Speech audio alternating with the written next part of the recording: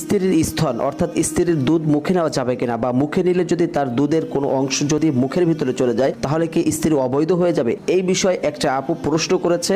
আজকে কোনো আমলের কথা না, একটা মাসআলার কথা বলবো, যে মাসআলাটা সকলের জানা অত্যন্ত জরুরি। তাই আগে থেকে রিকোয়েস্ট করছি ভিডিওটি শেয়ার করে দেওয়ার জন্য, ভালো লাগলে লাইক দিবেন। তো স্ত্রীর স্তন মুখে নেওয়া যাবে কিনা? হ্যাঁ, সর্বসম্মতিক্রমে স্ত্রীর স্তন মুখে নেওয়া যাবে। এখন অনেক সময় দেখা যায় যে মুখে নিলে ভুলক্রমে স্ত্রীর দুধ মুখে চলে যায়, সেই ক্ষেত্রে করণীয়, সেই ক্ষেত্রে কি স্ত্রী হারাম হবে কিনা? না, সর্বসম্মতিক্রমে যদি ভুলক্রমে আপনি মুখে নিয়েছেন, ভুলক্রমে চলে গিয়েছে একটু, সেই ক্ষেত্রে আপনার স্ত্রী আপনার জন্য হারাম হবে না। যদি ইচ্ছাকৃতভাবে যদি আপনি এটা খেয়ে ফেলেন বা আপনার মুখে চলে যায় তাহলে কিন্তু হারাম হয়ে যাবে আপনার স্ত্রী আপনার জন্য। তবে স্ত্রীর স্তনের দুধ যে সময় বের হওয়া অর্থাৎ মুখে যাওয়ার আশঙ্কা থাকে, সেই সময়টা যদি আপনি একটু সতর্ক হয়ে যদি মুখে নেন তাহলে কোনো সমস্যা হবে না। তারপরেও যদি অসতর্কতার কারণে যদি আপনার মুখের ভিতর চলে যায় তাহলে স্ত্রী আপনার জন্য হারাম হবে না।